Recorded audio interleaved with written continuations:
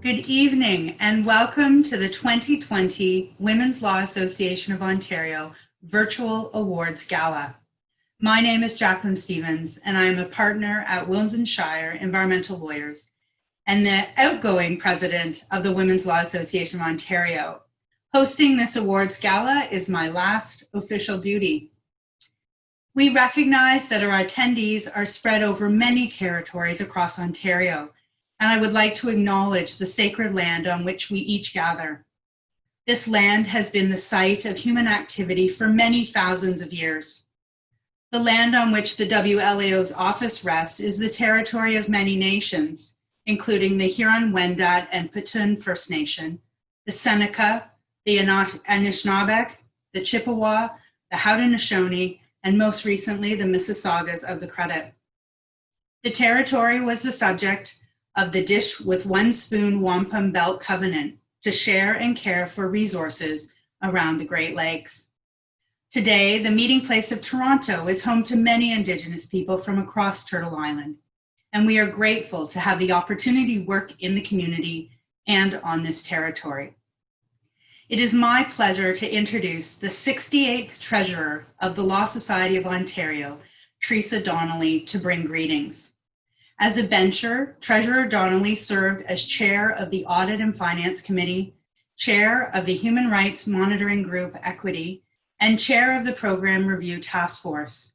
Treasurer Donnelly has dedicated her legal career to providing access to justice for victims of domestic and sexual violence, the majority of whom are women and children. Her community work focuses on contributing to the lives of children, families, the elderly, and people with developmental disabilities. Treasurer Donnelly. Hello, bonjour. My name is Teresa Donnelly. I'm the newly elected Treasurer of the Law Society of Ontario, the 5th woman treasurer in the 200-year history of the Law Society, and I am a proud member of the Women's Law Association of Ontario. It's my pleasure to join you for the 2020 WLAO's Virtual Awards Gala. I was honored in February to speak at the Ontario Heritage Plaque unveiling to recognize and celebrate WLAO's vibrant 100-year history. During these 100 years, amongst many significant milestones, we saw the first female lawyer called to the bar, the first female leader of the provincial bar, and the appointment of Canada's first Supreme Court of Canada judge. The WLAO has worked tirelessly to make those achievements a reality. The WLAO's ongoing commitment to promoting equality, diversity, and change in the legal professions is exemplary. By honoring the remarkable and inspiring achievements of women in the legal professions, the WLAO Awards allow us all to recognize the contributions that women have made to the political, social, economic, and cultural foundations of our society.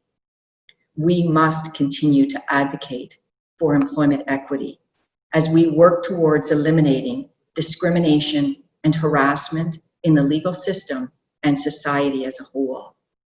Collaborative solutions which seek to shape our future workplaces, our communities, our institutions will provide us with the tools to respond meaningfully to the call to action to advance gender equality. Working together with the WLAO and partner organizations, committees, and associations, I can see that we are making headway. The Law Society's 2018 statistical snapshot highlights the remarkable growth in the representation of women in the legal professions in Ontario. 45% of lawyers are women, and for paralegals, that number has risen to almost 65%. On behalf of the Law Society, I wish to congratulate the Women's Law Association of Ontario and the recipients of the President's, General Counsel, and Student Awards. Your dedication to the legal profession is commendable. Félicitations et merci pour votre dévouement. I would like to take a moment to recognize and thank our current board of directors for their dedication and support of the WLAO. Jennifer Gold, Jocelyn Tatebi, Aisha Loudon, Shelley Quinn, Lindsay Woods, Vagmi Patel, Sylvia Kim, Emily Kostendoff, and Shannon Payne. I would also like to specifically acknowledge and thank two long-standing board members who stepped down at the beginning of 2020, Linda Wolanski and Catherine Hendricks. Thank you for your years of dedication and support of the WLAO. Without your leadership, mentorship, and friendship, we would not be the organization that we are today. Well, the first half of WLAO's 101st year has been different. We are in a very different time than we were last year at the awards gala. Last year, we were able to gather at the Rosewater and celebrate our Student and Lawyer Award recipients and present the 2019 WLAO President's Award in our 100th year to Her Honor, Madam Justice Abella. We were also able to gather and celebrate the Women's Law Association of Ontario's 100th anniversary in October at the Carlew with their honors, Madam Justice Cote and Madam Justice Karakasanis, providing enlightening keynote messages. What an incredible night. We also unveiled the WLAO Ontario Heritage Trust plaque commemorating our 100 years in February 2020. The plaque will be installed in the South Gardens at Osgoode Hall later this year. And then, just a few short months into year 101, the global COVID-19 pandemic hit. We have all learned to WFH, work from home, the latest acronym in our vocabulary. We've mastered Zoom and Microsoft Team meetings, figured out how to attend mediations, discoveries, and even hearings remotely. And we continue to do our part to flatten the curve. Our lives were further rocked by the tragic deaths of Regis Kurchinski-Packett, Chantel Moore, George Floyd, and others. The WLAO stands united with other equity-seeking organizations to demand justice and an end to anti-Black, anti-Indigenous, and systemic racism. Our unique role as women and the intersectionality of our lived stories will play a vital role in creating a framework to move us forward to a stronger, more resilient, diverse, and inclusive society, free of all discrimination and racism. The inspiring stories of our award recipients this evening beckon us to embrace our diversity, propelling us to advance and empower women and to refashion and rebuild a robust, inclusive legal profession for this generation and the next. Our first award to be presented this evening is the Aird and Berlis Women's Law Association of Ontario 2020 Equality Award. Aird and Berlis and the WLAO have a long history of working together to promote and advance women law students and lawyers in the legal profession. This evening, the 2020 Equality Award will be presented by Andrea Skinner, Aird and Berlis Diversity and Inclusion Partner. And along with Andrea, to celebrate the recipient are Pamela Meals and Catherine Esau, co-chairs of the Aird and Berlis Women's Initiative, and Ari Blicker, Aird and Berlis's Director of Students and Associate Programs. Andrea? Good evening, everyone. My name is Andrea Skinner. I'm a partner at Aird and Berlis, practicing in the areas of municipal and land use planning, and I'm the firm's Diversity and Inclusion Partner, as well as the chair of our firm's Diversity and Inclusion Committee.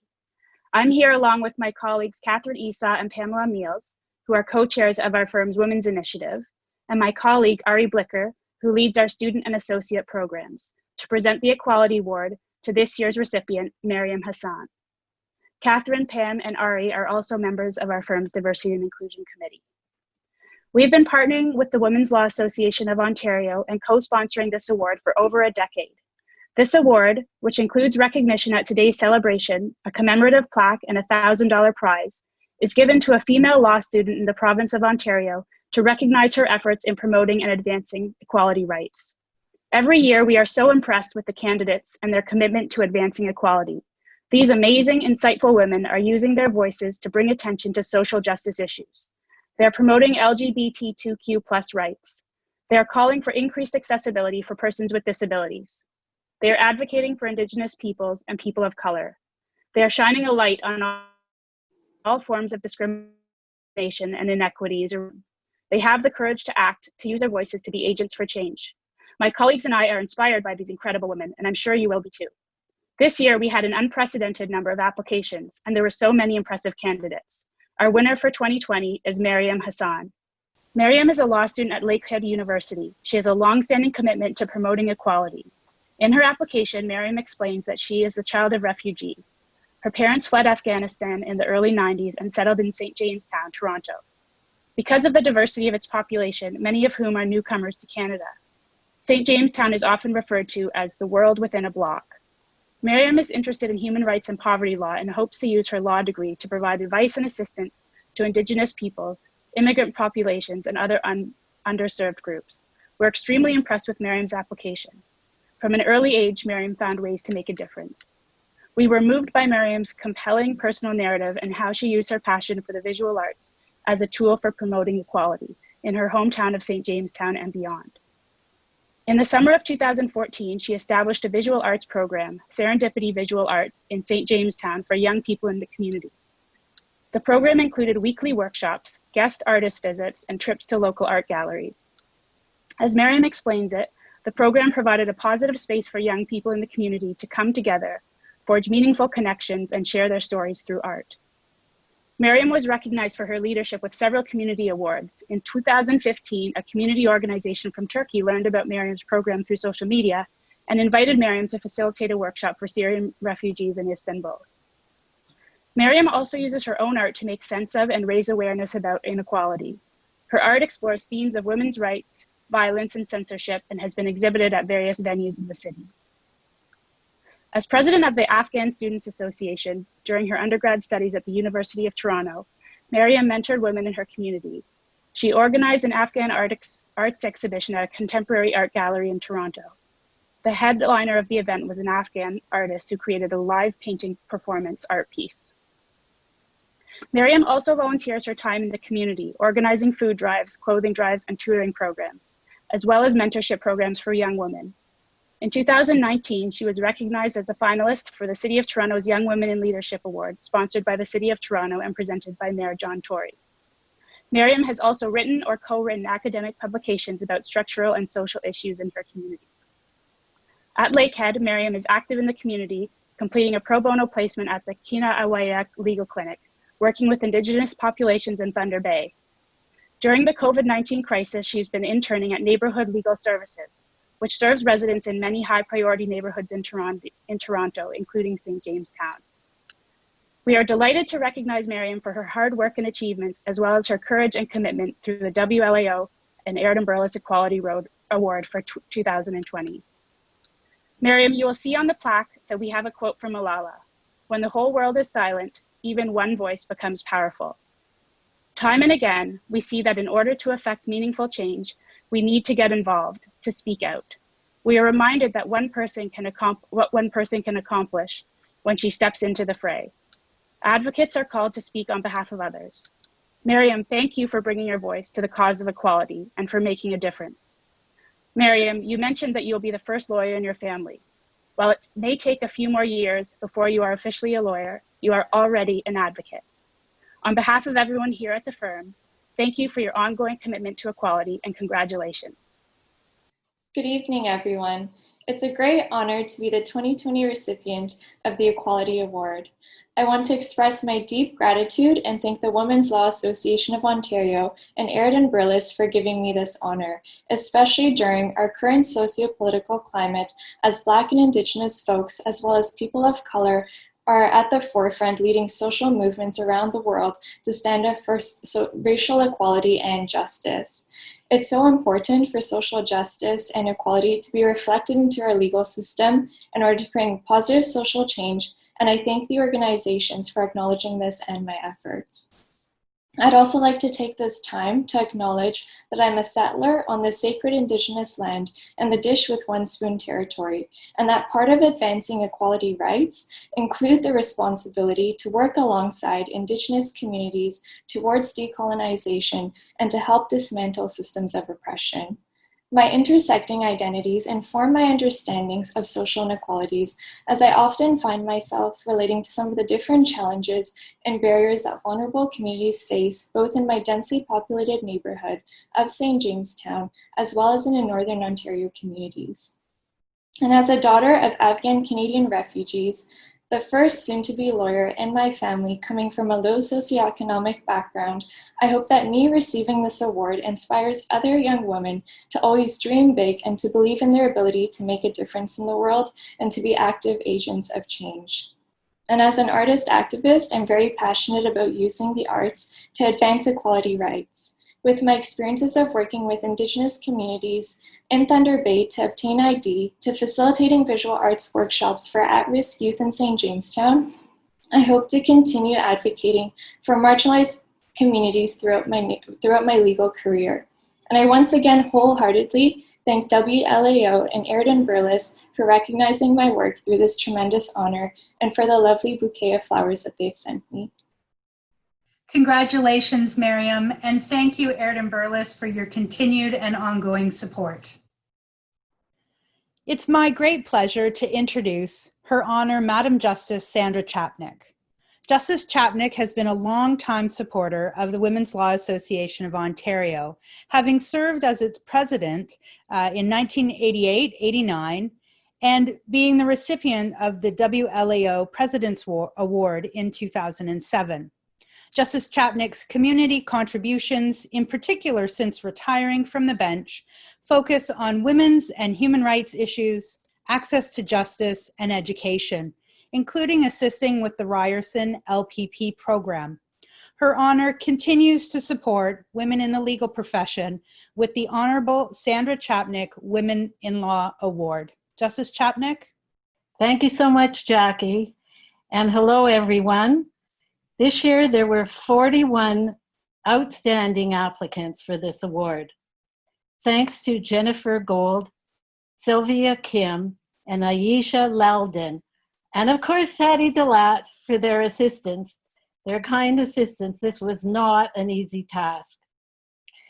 This award recognizes female law students who exemplify the drive and determination to achieve a law degree after having spent some time in the workforce. Let me introduce the successful candidate to you. There she is, you're going to meet her in a minute. Her name is Sabih, Ottawa, and she just completed her first year at the University of Windsor Law School. Sabih, I'm going to talk about you, so please let me know if I misstate anything. So, how did she do in high school, university, and in first year law? Well, when she graduated from high school, she was class president, valedictorian, and ended up with an A average. She then attended the Ted Rogers School of Management at Ryerson University on a 4-year scholarship, which recognized her excellence in academics, leadership, and community involvement. She obtained her Bachelor of Commerce degree in 2016. I should say that in both high school and undergraduate years, Sabih held steady part-time jobs and full-time employment in the summer months. In her 4th year undergraduate year, she was a junior accountant at a company on a full-time basis and completed her school courses, taking evening classes. Talk about drive and determination. Following her graduation from Ryerson, and in order to support herself, repay her student loan, and save money for law school, Sabih was promoted from junior accountant to billing analyst at that company, and then obtained employment at Torys LLP as a billing credit assistant. a job involving long hours and late nights. So she entered Windsor Law School last year in 2019. And what did she do there? Well, she volunteered as a caseworker with the Community Legal Aid Clinic and was named top oralist for the Legal Research and Writing Moot.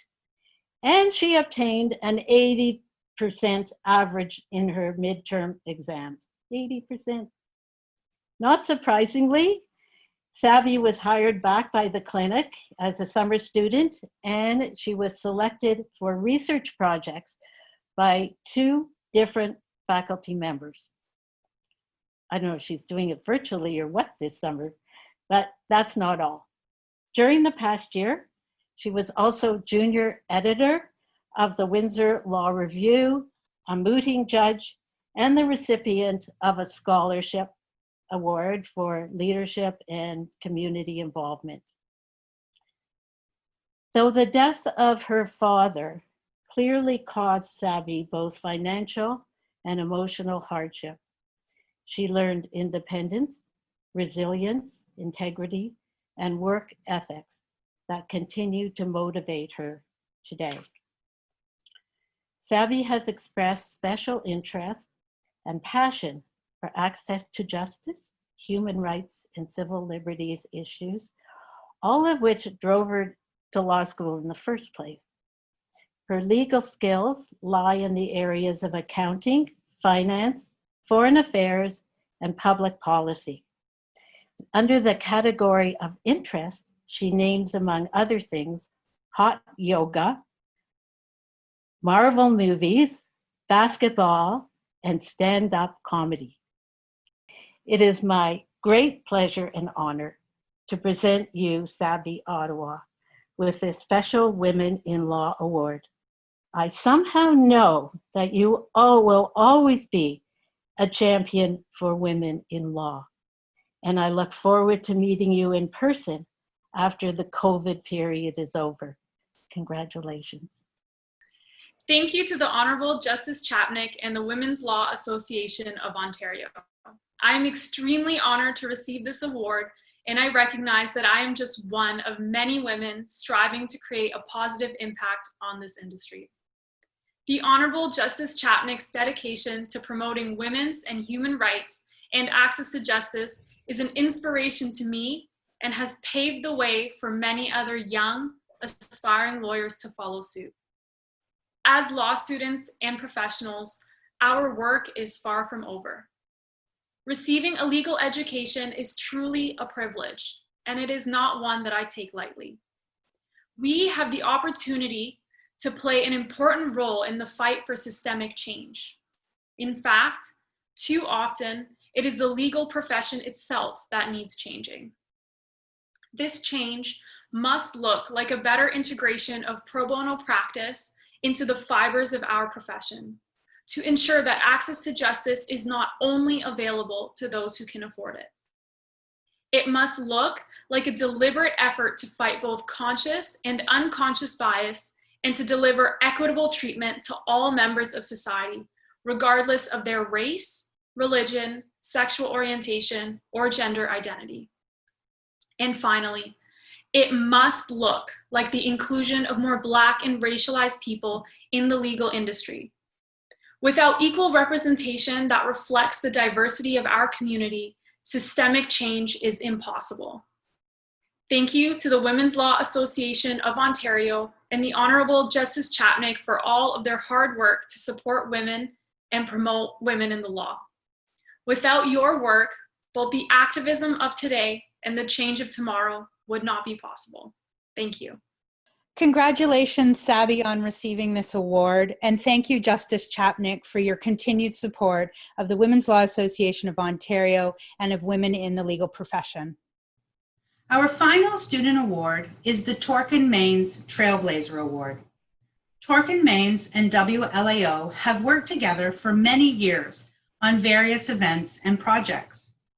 I am pleased to introduce Lori Palitza, Family Law Partner at Torkin Maine's. Laurie was the 63rd Treasurer of the Law Society of Ontario from 2010 to 2012. Laurie is a long-standing member of the WLAO and the recipient of the WLAO President's Award in 2011. During her many years of practice and as a bencher of the Law Society of Ontario, Laurie's attention focused on legal education in Canada and advancing women in the legal profession. Laurie? I first should talk a little bit about what the Trailblazer Award is for. And I can tell you that we've developed the award for a second or third year female law student, somebody who is an acknowledged leader, who has demonstrated the promotion of women in business, and who has exceptional legal expertise. And of course, we didn't just stop there. We also wanted the award to be given to a recipient who demonstrates entrepreneurial and business expertise and the ability to put those ideas into action. We're so delighted to tell you about this year's recipient of the Trailblazer Award. Her name's Beth Burnstein, and Beth is a third-year law student at Queen's who has been the recipient during her time at law school of 4 separate awards and scholarships so far. Beth is really more than extraordinary. She's done a term in 2019 in an academic exchange program in Lyon, France. She graduated from McGill in international studies with highest distinction, and she's done a field study semester in Kenya and in Tanzania. At law school, she's been involved in innumerable things. She's been an academic tutor. She's been co-president of 2 clubs, the Labor and Employment Club and Women in the Law. And she's also, in her spare time, volunteered as a caseworker at the Queen's Family Law Clinic. But Beth's courses at law school have always been business focused. And she's already shown that she can take that business focus and put it into practice. So when Beth was working as a research assistant for a university prof, she assisted that prof in a legal aid research trial that assessed the impact of legal aid on subsistence level farmers and their economic input. And while she was doing that research trial, she helped develop seminars for women's groups on will drafting and on tenants' rights and on contract law. But Beth just didn't stop there. She saw an entrepreneurial opportunity, and she invested in what she refers to as a small-scale agricultural venture, where she, wait for it, provided a loan to a farm family who was living at subsistence level to buy a sow. She's kept in touch with that family, and she's helped them deal with problems and opportunities that came their way. The problems included a pest-destroyed pig pen and breeding a sow to a hog passing by that led to better gestation periods and more lucrative pig for the family. So Beth loves to travel as well. And she actually climbed Mount Kilimanjaro in Tanzania.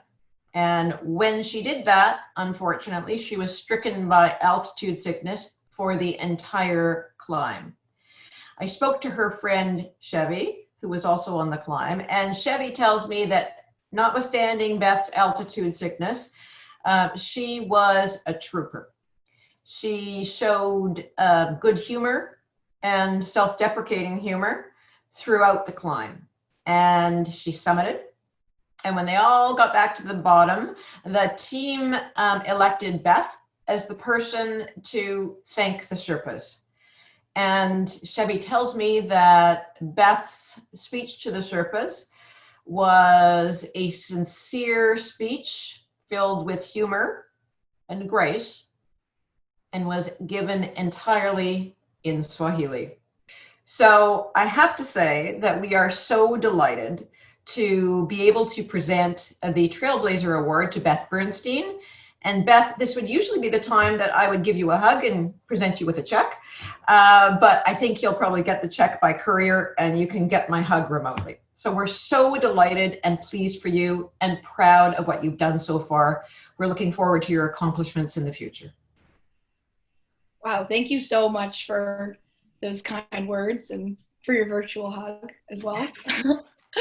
I'm very, very honored and humbled to be receiving this award, especially from you, Lori, and Jackie, who I see as trailblazers yourselves. So thank you very much. I want to thank the WLAO and Torkin Mains for naming me the recipient of the 2020 Trailblazer Award. It means so much to me to receive this recognition from two organizations that I so admire. I want to thank Terry McDonald for taking the time to read my application and for seeing in me the qualities of effective business leadership and potential for growth.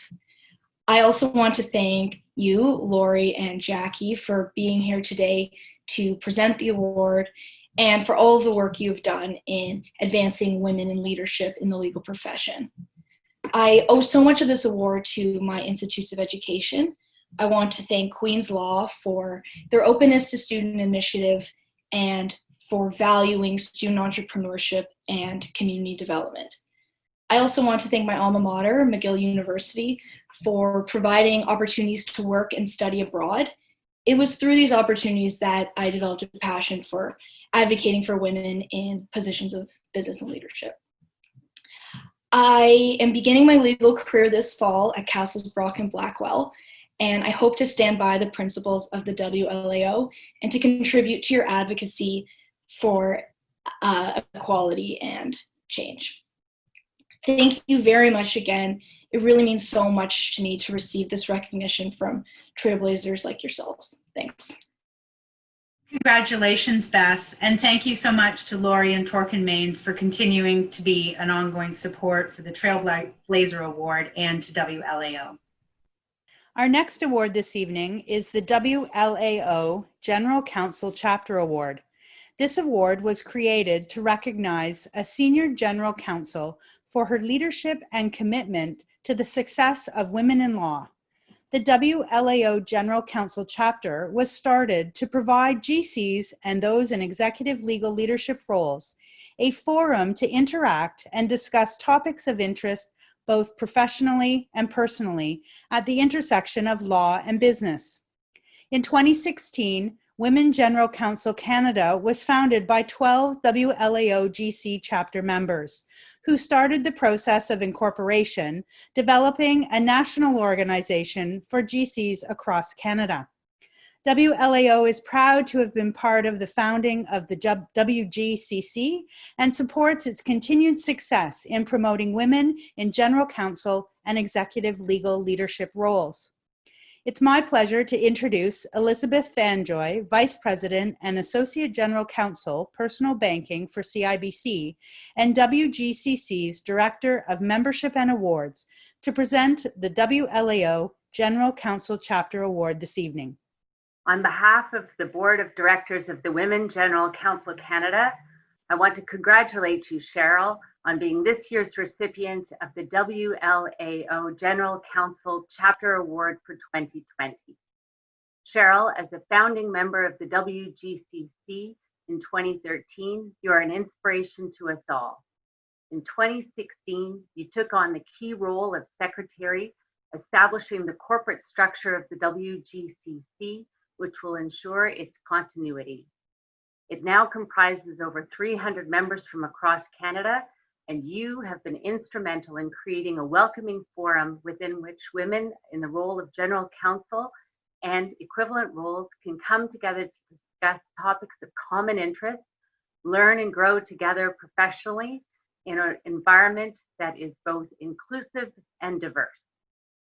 At the same time as helping to form WGCC, you took on the role and became the General Counsel and University Secretary for the Ontario Tech University.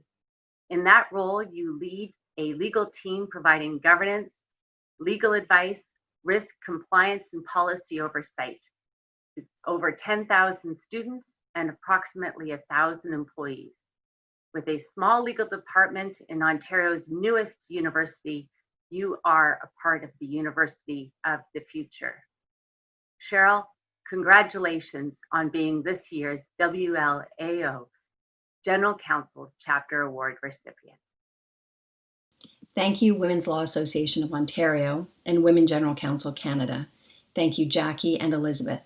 I am honored and grateful for the recognition of my work with the WGCC. First, a few words about the relationship between what is now the Women General Counsel Canada Network and the Women's Law Association of Ontario. Women General Counsel Canada has always been grateful for its partnership with the WLAO. When WGCC started, we started as a Toronto-based group of women who understand that the role of General Counsel or Chief Legal Officer is a difficult and often lonely role. It is an important role that helps guide organizations to make ethical and legally sound decisions. It is a role that permits us to influence and improve culture. We also understand that as women, we face common and unique challenges as we occupy the role. A primary motivation in our beginning was simply wanting to support each other and learn together.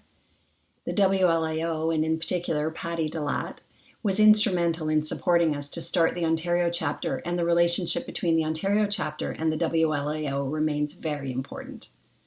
I am no longer on the board of the WGCC.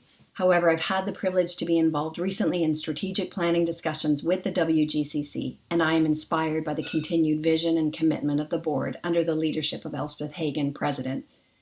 Vice President Bindu Cujo has been responsible for the launch of the Western chapter this past year. The WGCC is also engaged in some very exciting work in a partnership with Corn Ferry to identify the competencies of excellent general counsel. There's so much more to come from the WGCC. For me personally, just a few words of thanks and encouragement. One of the mandates of the WGCC is to support women leaders, to help them get the profile and recognition they might not otherwise receive. This award was created with that in mind. While I am truly grateful for the award, my true reward has come from the work itself. Supporting women to be great legal leaders and inspiring younger women to become great legal leaders is what the WGCC is all about. The women that I have worked with to build WGCC continue to inspire me with their energy, their ability to get things done, their commitment to positive change. It is important to me that the women who are leaders now are followed by other strong women. For me, this has been a labor of love. I have a passion for inclusion and for the removal of barriers of all kinds. The General Counsel role offers an opportunity to make a difference inside corporations and organizations, and I will continue to work to have more diverse candidates who are also committed to making a difference working in the role of General Counsel. With my sincere thanks then for this award, I will close by also encouraging you to become involved in things that you believe will make a difference. I can assure you that the work and the relationships you will build along the way will be their own reward. Thank you again and have a great evening. Congratulations, Cheryl, and thank you to the WGCC for your continued and ongoing support of WLAO and women in the legal profession. Before we move to present our President's Award, we will take a short 5-minute bio break. This would normally be an opportunity for you to mingle with other guests. As everything is different this year, we have prepared a slide presentation of photos of as many of the past award recipients that we could find. We hope you enjoy it, and we'll see you in a few moments.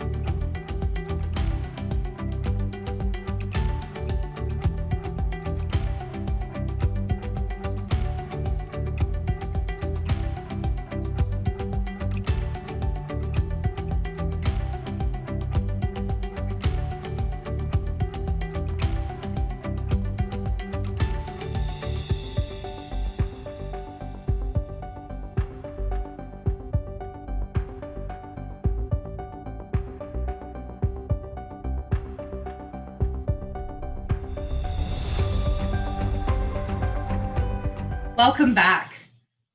I am so very honored to present the President's Award this evening. First, a little bit about the President's Award. The President's Award is given to recognize a woman who has made a substantial contribution to the legal community as an academic, adjudicator, litigator, solicitor, author, or related professional. The first President's Awards were handed out in 1989 and honored 14 past presidents of the WLAO. The award recipient is both aware and connected to issues, substantive and personal, that face women in the legal profession today. The award also seeks to acknowledge that we all have our own unique lived experiences, and the intersection of those lived experiences illuminates and highlights understanding to build a better future for women and women in the legal profession. Our President's Award recipient was nominated by Her Honor Justice Audrey Ramsey. Justice Ramsey is a longtime member of WLAO and was serving on our board when she was elevated to the bench in early June. We miss her insights and contributions to the board, but are delighted by her appointment to the bench. Now to introduce our 2020 Women's Law Association of Ontario President's Award recipient, Dr. Signa Daum Shanks. There is so much to share with you, but I only have time to touch on a few highlights. Dr. Daum Shanks is a Métis from Saskatoon, Saskatchewan. She was raised by her mother, a grade 1 teacher, daycare provider, and librarian. Dr. Daum Shanks was encouraged by her mother to forge her own path without pressure in choosing her profession.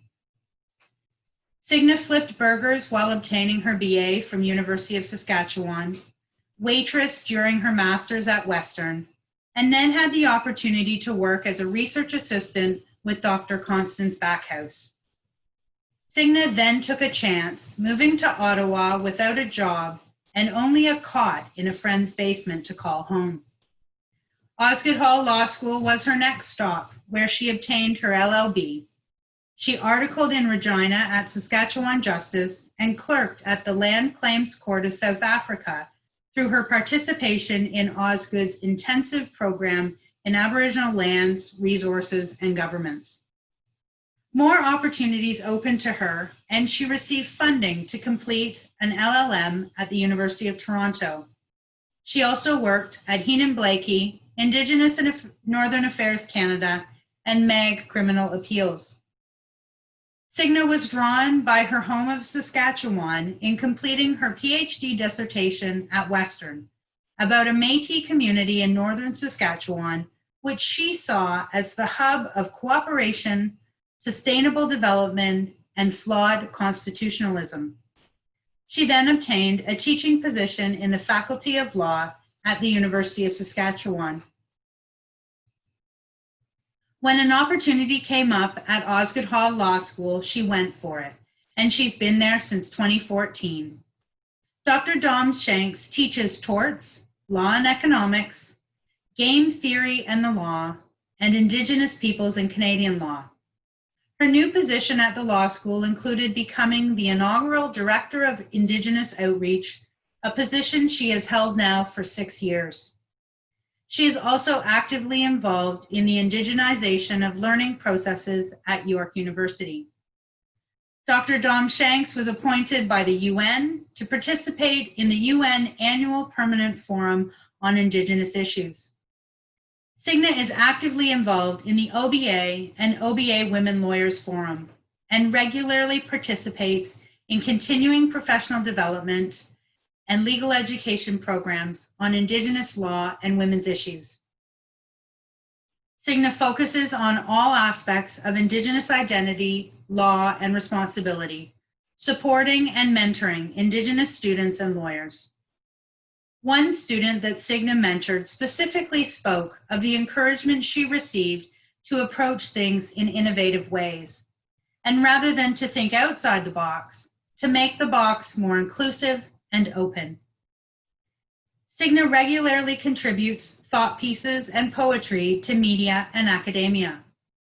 an insightful opinion piece in the Globe and Mail published in June 2019 about the failure to treat missing and murdered Indigenous women as people and the use of the term genocide to describe violence against Indigenous people goes on to give guidance that continues to apply today as we respond to discrimination and systemic racism.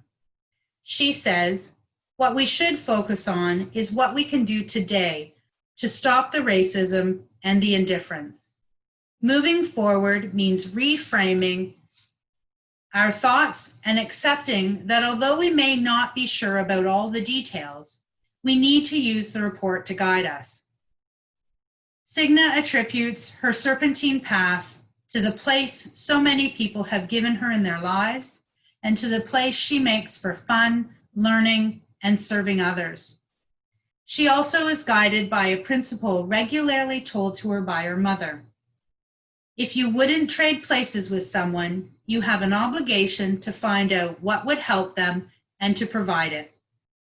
Signa says sometimes that is listening, sometimes a warm bowl of soup or a shared tea bag. Signa brings this obligation with her every day in every interaction and to every person she meets. I am honored to present the 2020 Women's Law Association of Ontario President's Award to Dr. Signa Daum Shanks. Thank you, Jackie. And hello, everyone. It's so great to meet you here. And I'm delighted and incredibly shocked to be part of this event in the way that I am. It's at moments like this that I need to recall someone or some people who have been very important to my life. And I'm sure all of us default to our moms as someone we think of and smile about and maybe even cry about. So here is something about my mom. Very recently, via a work situation, I remembered something she told me earlier in my career. I was struggling with trying to think of what to say to someone I thought was underperforming. I was frozen on a number of ideas. Maybe I wasn't communicating right. I should be better at this. Colleagues of mine would see this moment of me not preparing a student as well as I should. So this was gnawing at me from many different angles, and it made me fret a lot because I was new. I needed to impress. A person's future was at stake, and so was my reputation. And in response to this confession, she told me about her very first year of teaching. She was part of a very new school's early set of teachers. And she had to teach language arts to the grade 7 class, while the grade 7 teacher came in to lead her grade 1ers in phys ed. In that grade 7 class, she had a student named Joan, who would later go by Joni. And Joan would hand in assignment sheets that were gestetnered with that purple ink that smelled so great. At least I thought it smelled great. And she'd get something akin to a B. On track, most of the time focused, moving forward, and not lost. On the back of these sheets would be beautiful drawings of horses,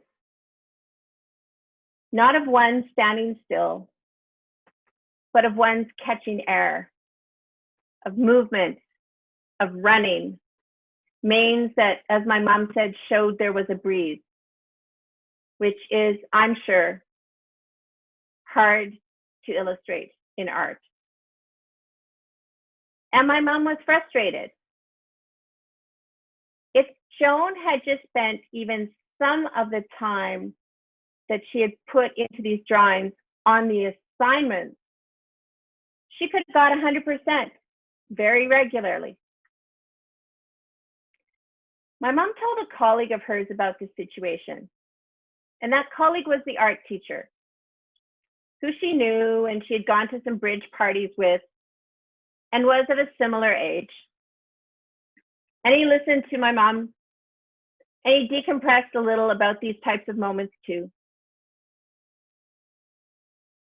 And he explained to my mom, you know, I wonder if there's just some things she's probably good at that we are witnessing in their early awkward stage. And so right now she might almost be rude, and she's not perfect either in ways that we bet she could be perfect. But maybe there's something else going on. You know, I'm going to see if she can decorate for the grade 8 grad. I wonder if she'd be interested in doing that. Well, she was. And so Joan decorated this new elementary school for the grade 8 grad. And then a few years later, when she was a student at a new high school, she designed that high school's emblem. Then when she was done, she moved to Calgary, like a lot of Saskatchewanians have had to do for work. And she took some art college, and then she moved to Toronto, and my mom said she was briefly married to some guy named Mitchell. And that was the story my mom told me. Now, as lawyers, we hear stories every day, and we take what we need from them. Here then, maybe this story is about my mom telling me to chill out. Maybe it's about noticing an artist trying to grow. Maybe it's about sexism, that for some reason the principal thought my mom couldn't possibly teach dodgeball to 6-year-olds. And maybe it's about me reflecting that what we might call mentees will have as many hiccups as they have steps moving forward. But is there something else in that story too? What if I decided that there was yet another ratio? And what if that other ratio went something like this? If you go to your cousin and be respectful and vulnerable, that cousin will listen and maybe even find a way, albeit even a little way, to help solve a problem. And because all I seem to be doing right now is getting ready for classes and reading and looking at textbooks, I feel like this ratio could go in a section of a book called The Law of Cousining, if a book would ever have a section like that. So let me recall the facts again that make this ratio develop. The moment of my mom going to an art teacher. So someone who specializes in what my mom is aghast about. So she can't be disrespectful. She can't say drawing is unimportant. But she also has to share her heart. And she's not coming begging for help because it's her belief nothing could really be done anyway. But then the art teacher, or cousin, as I'm going to suggest here, listens and responds with something akin to, well, maybe there's nothing you can do at your end, or I can do for that either. But maybe something else will help that circumstance we're stumbling on. He sees energy and wonders if there's another place that energy could go. That theme within the story is about cousins. It's not about parental or pseudo-parental relations, or real or metaphorical aunties or uncles. It's about connectedness with someone who is different from you in some ways, but so much the same in others. You are tied to that person in loose and tight ways. You don't see the person every day, but you can quickly catch up when you do. I'm, like all of us, not really myself. And what I mean by that is, I'm made up of others, especially the people who are in the photos behind me. I know all of us do a good job of recognizing that, of thanking those who came before us, of parents, grandparents, spouses, well, most of the time spouses, but maybe even children in a look to the future kind of tone whenever we present or publicly thank. None of that is inappropriate. And in fact, turning our minds to what happened before us is good protocol, good awareness, and if we are a lawyer, we might even say good precedent. But what I'm going to do now is an important protocol for me. And it comes to mind, especially because of that story and what I focused on here. I want to thank you. I want to acknowledge you. And I want to label you. You are my cousin. So, hey, cousins, what's up? What are you doing tomorrow? Will it go okay? What do you need? This idea of cousin, for me, is part of what I've learned about where I grew up, the Indigenous cultures I witnessed and learned from, and then in casual conversation, have this type of connectedness. For the Plains Cree and Métis I learned from, saying, cousin, is a term of affection. So it can be for a biological relative, but it's a label given to someone else to welcome them in closer. In fact, your name on your birth certificate is not for those you care about. It's for strangers. It's the nickname and linking, like little man, my girl, cousin, that show ties, show memory, show obligations, show a past, and show responsibilities for the future too. I know you might say you studied that while learning Shakespeare. I did too. And of course, many a culture can have that reflex. But how often do we honestly and deeply go out of our way to reinforce that role in law, in our work, in our neighborliness? How I'm remembering cousin reminds me of another concept called Wakotowin, which comes from Cree, and it means kinship. More researchers have explained that one, and is even making its way into Canadian legal circles as a concept to highlight.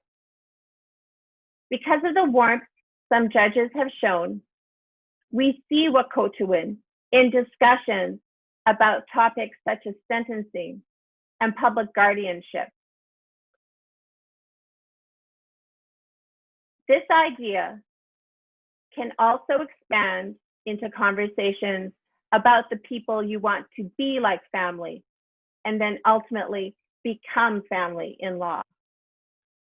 In that way, those cousins are social and biological.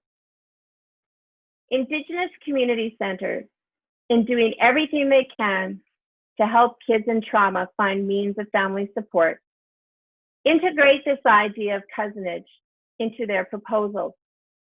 Can a great aunt be a good motherly figure as an actual mother? Yes, and why not?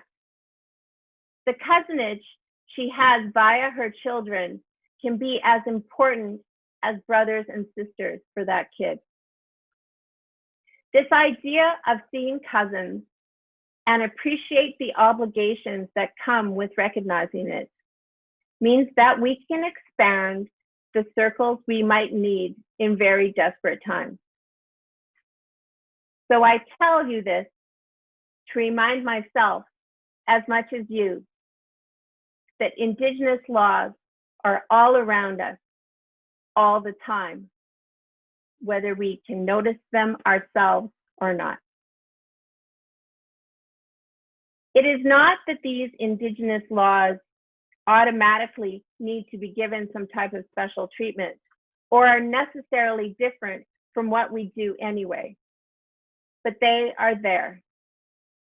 And unlike how they are labeled in the Child, Youth, and Family Services Act in this province, they are not a form of alternative dispute resolution or customary care. They are old. They are tried. They are successful. And they aren't optional. To say these parts of the legislation are new or innovative is insulting to Indigenous communities. It shows a lack of knowing history and a failure to appreciate the problem-solving techniques our spaces First Peoples devised in socializing and in legal norms. Calling something alternative dispute resolution actually others with a capital O, those who did that type of dispute resolution already. It's a colonial reflex to see it as an option, and it doing so reinforces the view that Indigenous ways are inferior and only a possibility rather than a necessity, or goodness forbid, more efficient. Imagine what kind of discussions about family law and customary care could happen today if Crown ministers approach First Nations and Métis circles in this province as if they were long-lost cousins, rather than wards of the state whose ways are only an option. What would the outreach be like? Would some sincere apologies be part of it? Would regular and heartfelt questions of, what do you think, be asked? And would the answers actually be integrated into policy? So cousins, I ask you again, what's up? What are you doing tomorrow? Will it go okay? What do you need? To be clear, and to take on some other women's organizations, none of you is my sister. Scholarly research has rightly identified some historic moments where sisterly claims have actually led to formal understandings of equality. That effect means that those who are actually more unequal need extra courage, risk extra reproach, seem extra angry when trying to explain that sisterhood just isn't a cool metaphor. Annie Lennox and the late great Aretha Franklin might have been able to pull it off in a song. And Gloria Steinem might have even said, feminism is about friends and sisters and community.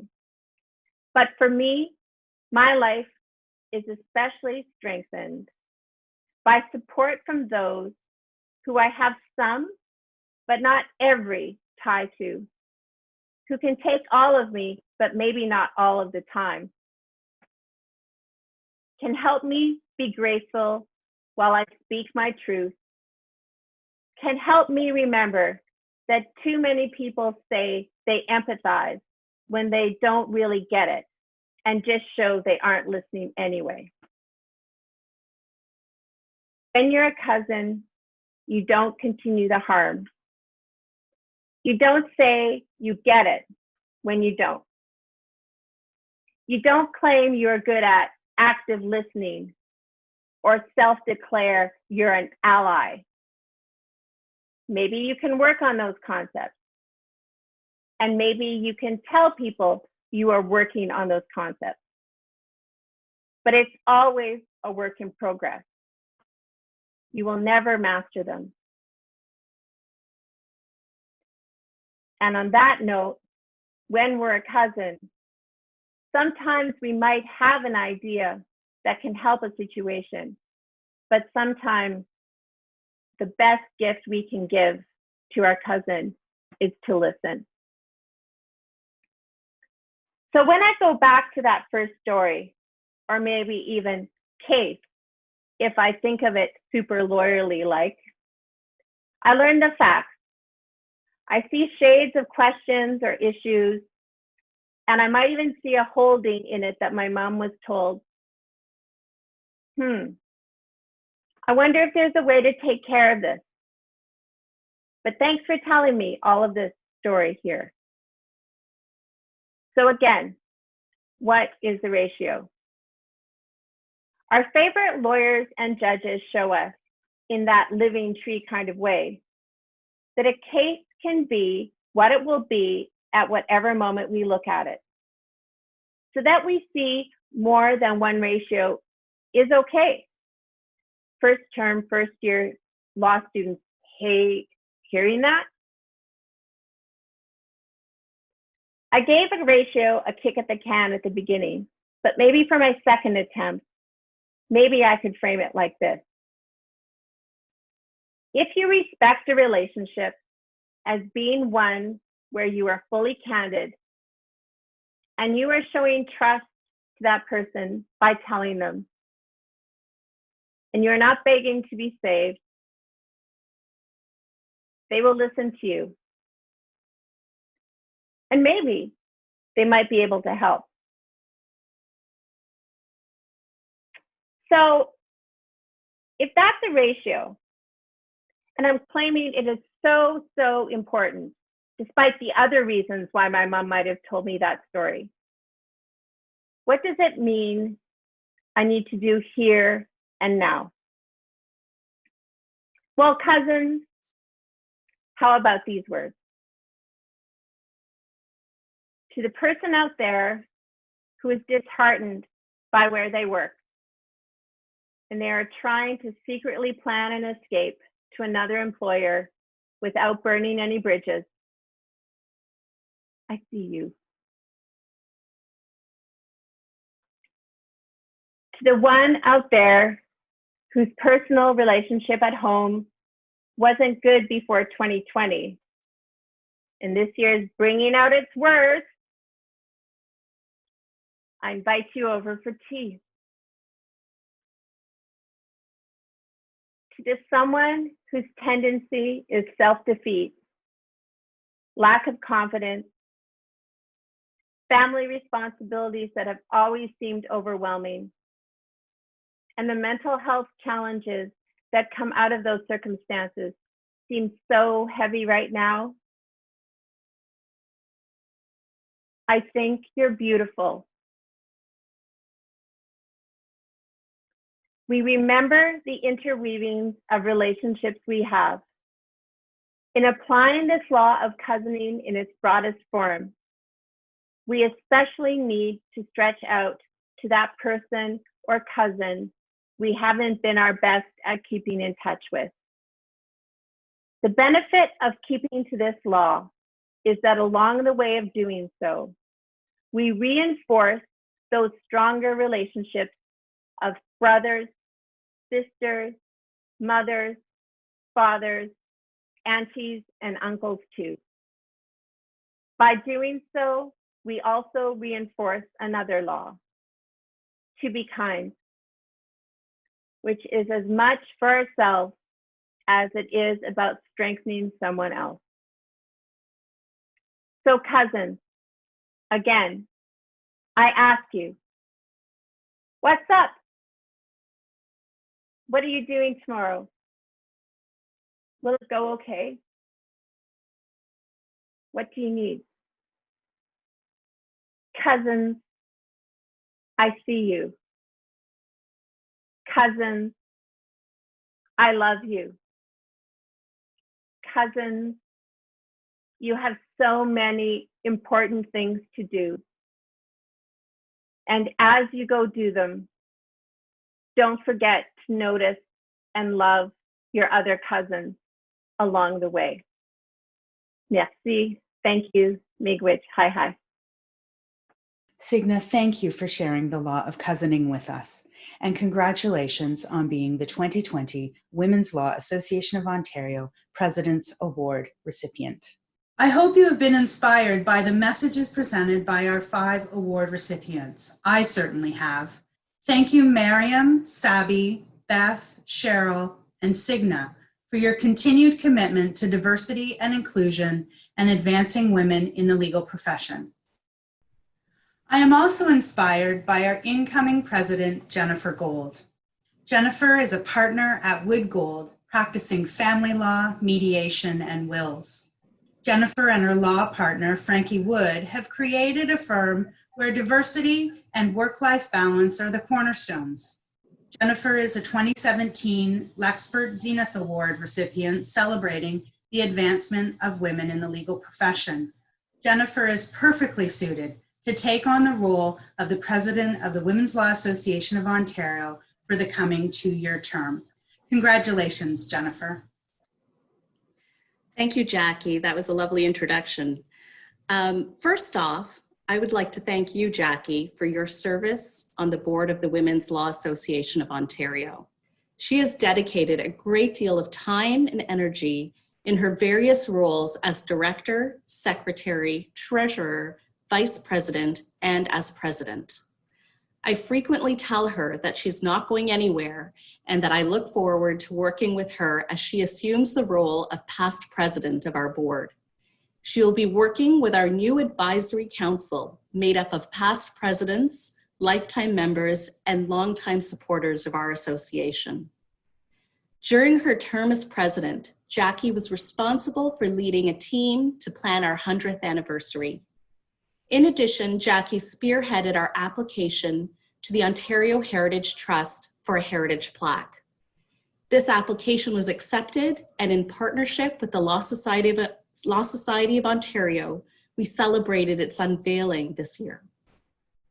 Jackie, we thank you for your service to the Women's Law Association of Ontario. As incoming president, I have the honor to present you today with the past president's plaque. It is a plaque that honors WLAO past presidents who are and continue to be leaders and role models in the legal profession. As incoming president, I would like to share a little bit about myself personally.